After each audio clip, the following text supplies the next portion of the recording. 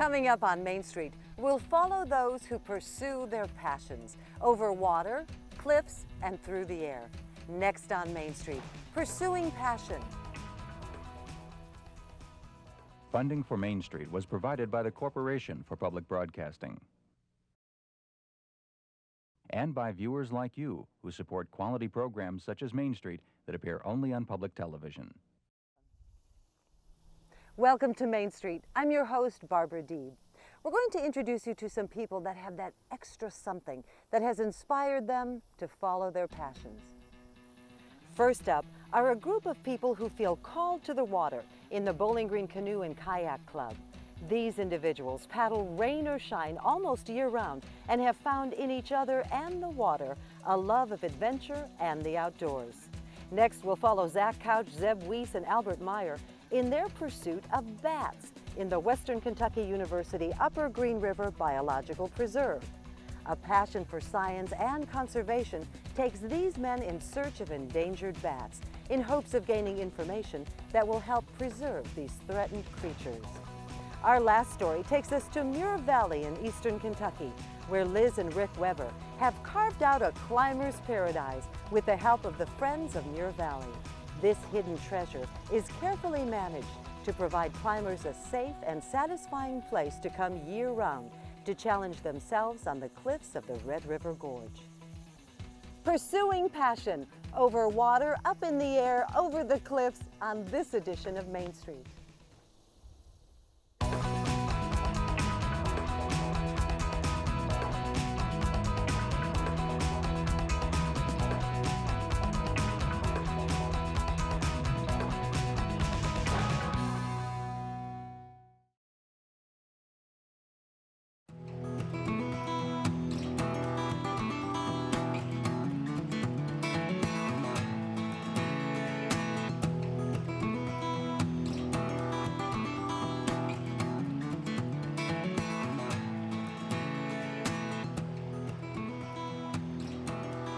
If you enjoy the water, you enjoy other people that, like the canoe and kayak.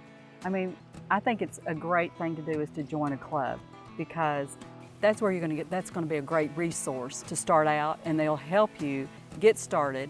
And you observe, you ask questions. I just started doing this about 4.5 years ago, and my husband bought me a little kayak for my anniversary because he knew how much I love water. As soon as I put the paddle in the water, there was just something that came over me. It was just such a sense of freedom, and it was just a different perspective of how you look at the world. You could just go places and explore things like you can't normally do, It took the world away and just put you in a different place, and I just fell in love with it. It's just my midlife passion, I guess, but I just fell in love with it. It makes it, more fun because you have a lot of new people to talk to. I mean, almost every trip somebody new comes along, so you get to learn about somebody else in town. And the other part is that most of us work pretty well together, and you're not as nervous about where do I leave my car? How long are we going to be gone? Where do you go? That was the biggest reason for joining, is because we wanted to go kayaking really bad, and when we moved here a year ago, we had no idea where to go. And somebody at Gander Mountain said, hey, go on the meetup site and check out these people.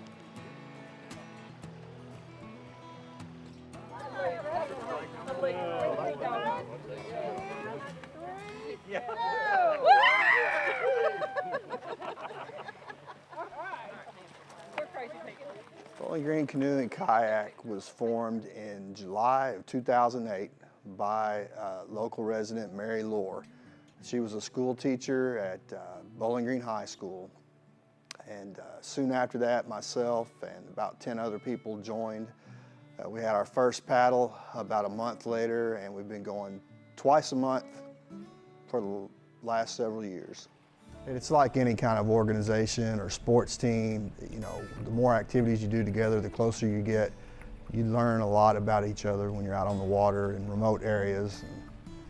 There's always plenty of time to talk around the campfire and that sort of thing. I've done kayaking and canoeing sort of by myself before, but with the group, you're able to have a shuttle, probably one of the really important things, I guess. And also just the camaraderie of the group and so on, it's good. So we start by getting everybody there, and you load up your boat, and we spend a little time making sure we know how many people are going. These wrecked boats that I brought, so let's give them It's like everybody helps each other. They help teach each other. They help you with your boats. They make sure no one gets left behind. It's just it's almost like a family. And it's just my paddling family. And we have nicknames for each other. And, it's just fun. And we like to tease and we like to have fun on the water. And we just try not to take anything too seriously. But the one thing we do take seriously is safety. Safety on the water is very important. And that's what's so important about being in a group, because you learn from other people who, like to paddle.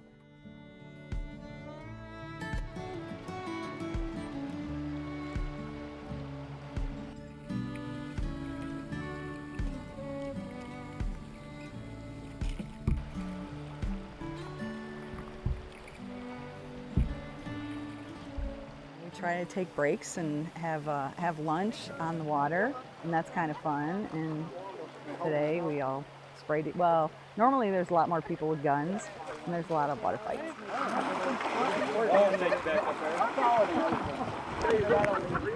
At the put in and the takeout, there's going to be someone there to help you, possibly 2 or 3 people, sometimes too many people to help you. And that's the way this group is on everything. And then like when Jason and I first started kayaking, we were in the beginning using the group as a resource. And you ask anybody here a question and they'll tell you everything they know. And it's, but the fact that everybody's so helpful is what we love most about the group. It's so low and it's very, very slick. So just, no. He can come and let him come. But there's plenty of people to help. I just love the outdoors. We've been many, many places, and this is a great place to do it, but it's just another outdoor activity that I enjoy. I could do it every day. I really enjoy it so much, and it's a lot of it is being out in nature, and it's just a communion with God and all His beautiful creation. But it's also about the people too. It's about the camaraderie and enjoying things that other people, they enjoy the same thing you do, and they like being outdoors, and it's just a lot of fun. We have a big time.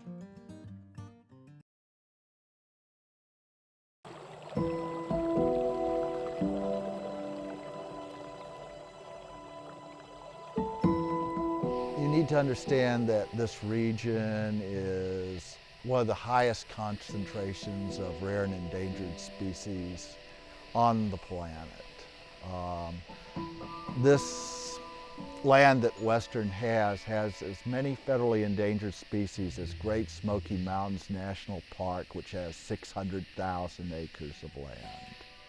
The animals are fascinating, diverse.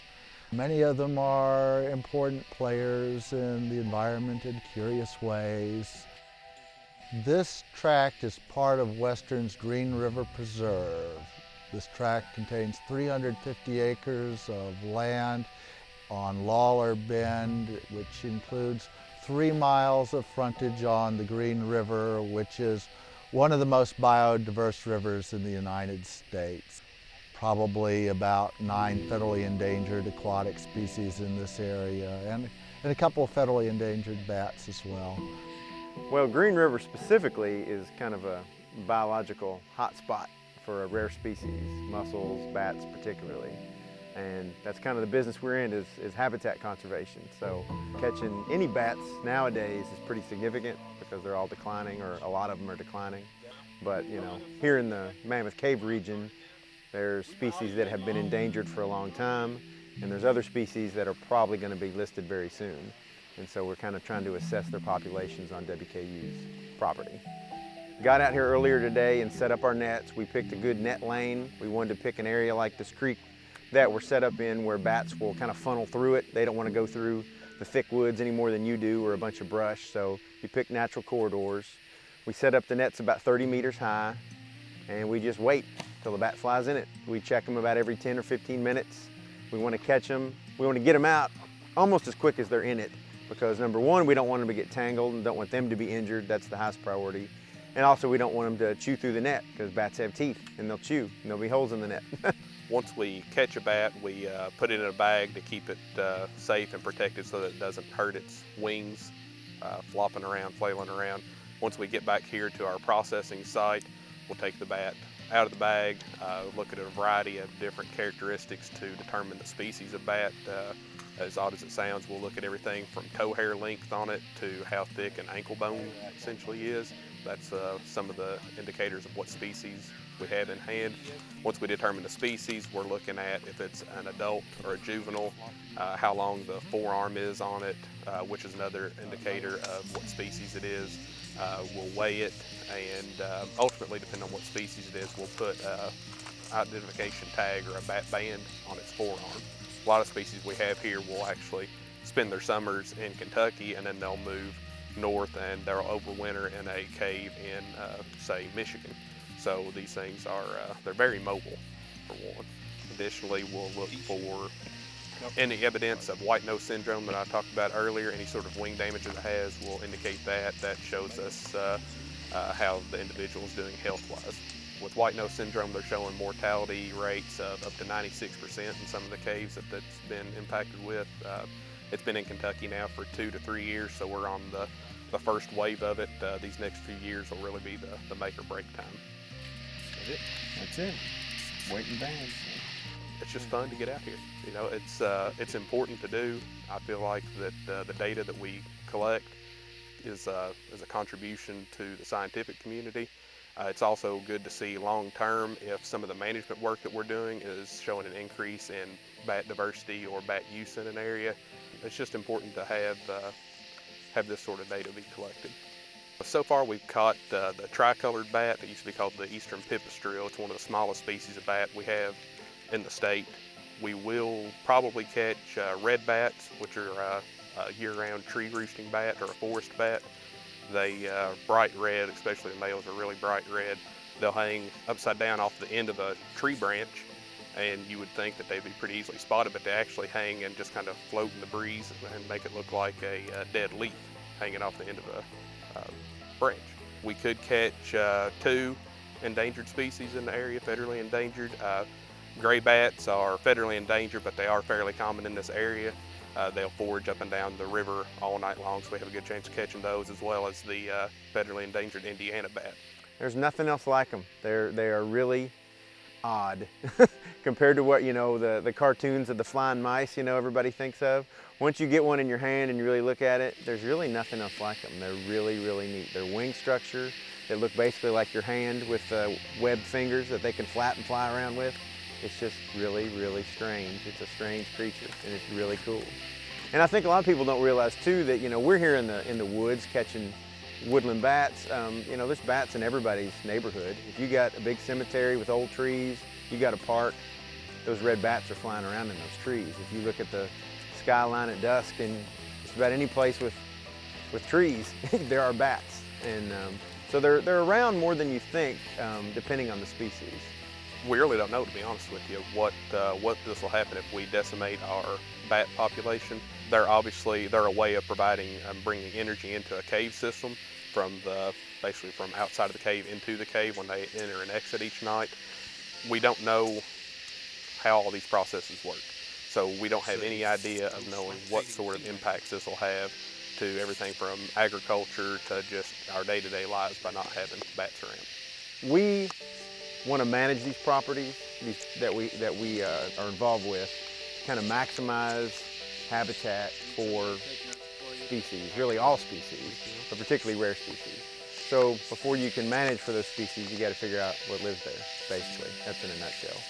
And you know, as far as why that's important to begin with, the root of it is, you know, we just feel that biodiversity is important in general. You know, we don't know what some of these species do and how they can benefit us, as well as just, you know, they're here, so we need to keep them around. Our bat populations particularly, you know, eat a lot of bugs, and so it would not be good for agriculture or, you know, sitting out on your deck if all the bats were gone as well. For the land that's here, it's protected in perpetuity, but the important thing, I think, is to give the public an appreciation for the wonderful environments of Kentucky, because there are still spectacular places and we can do so much to improve on them. That's one of the things that's also very pleasurable. This land has all been disturbed in various ways by humans, but we can work to make it better. It's not just preservation we're doing here. This place is getting better with time as people work on it. It's just wonderful seeing students being able to do this. We do not have a virgin forest here, but we have things that are still lovely and exciting and different, and we can do better. I think you need to know that human beings have extraordinary opportunities to enjoy, love, and improve this world, and we have all sorts of possibilities for creating catastrophes. And it's going to be up to people to decide which direction we're going to go with all these things.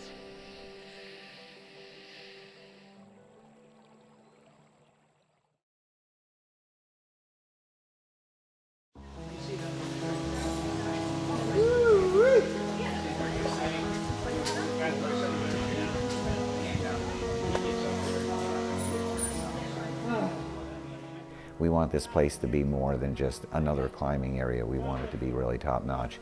Our plan from pretty much year one with Muir Valley is that we wanted it to belong to the climbing community. We wanted to get climbers involved in it, and we hoped that it would be something that could exist beyond our lifetimes. I was here from the beginning, been friends of the Webbers. We met in Indianapolis. They were down here looking for property, found this. About 4 years ago, I started really coming over here in earnest. Became excellent friends with them. Really appreciate the energy and the foresight that they're putting into Muir Valley, and it was contagious. I caught it, and I knew I wanted to be part of it, and I've gotten involved. It was one of those things that just kind of evolved. Rick and I saw the property, and we fell in love with it almost as soon as we saw it. There were no improvements, no rock climbing on it at the time, but we saw this beautiful scenery and fantastic cliff lines, and we bought it almost on impulse. And then we said, gee, this is too great not to share. We've got a lot of friends that are climbers. If we invite the public free, we'll probably get a couple hundred people a year. We can handle that. And we had 41,000 people last year. Yeah, the start is the challenging part on this one. Oh, you don't have to get people interested in climbing. They see it and they're hooked. Once a person gets on the wall, there's very seldom a person that will do it and say, don't think I'll do that again. Usually, as soon as people start climbing, they think, what else can I do? What other problems can I climb? Where else is there? It's not a matter that you have to sell people on it. You have to manage them to avoid getting too many people at one time. To me, it's what the Webbers have created. The idea that it's inviting, it's safe, it's geared towards people having a good quality time of climbing.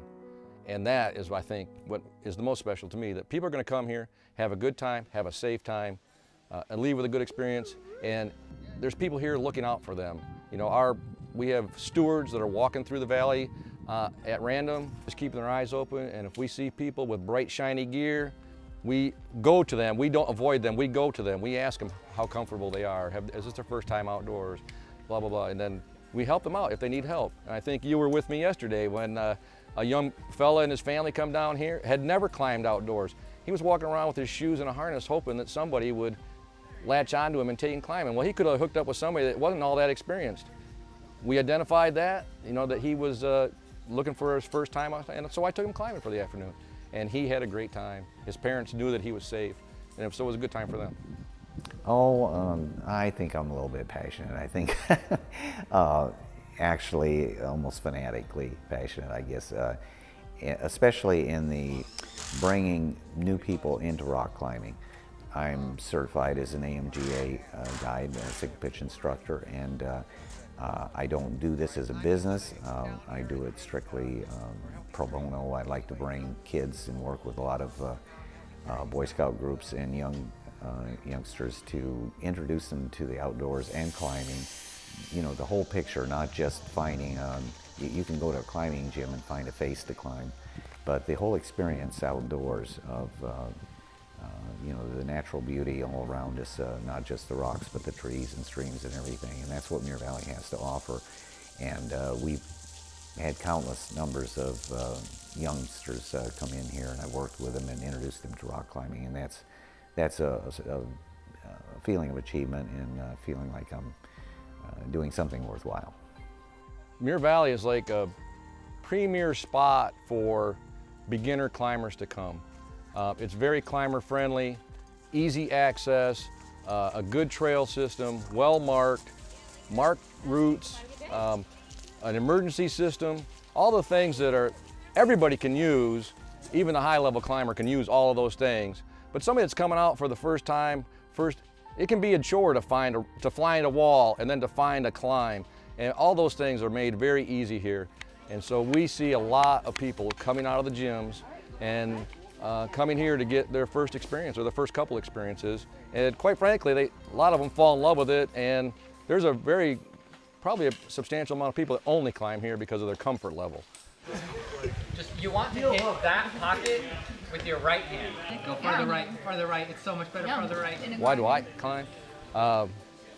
Well, to me, climbing is the one thing that occupies my mind and my body. It is an all-encompassing sport that can be done at any age. You can climb, as I was today, climbing with a 16-year-old friend, climbing with a 64-year-old friend.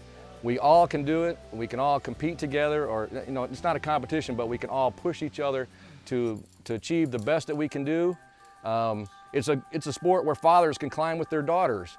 There's not many sports where you can do that and be on an even par. But it's like I said in the beginning, it's all encompassing. It takes a lot of mental power and a lot of physical power, and the two are a good challenge, very satisfying, very fulfilling.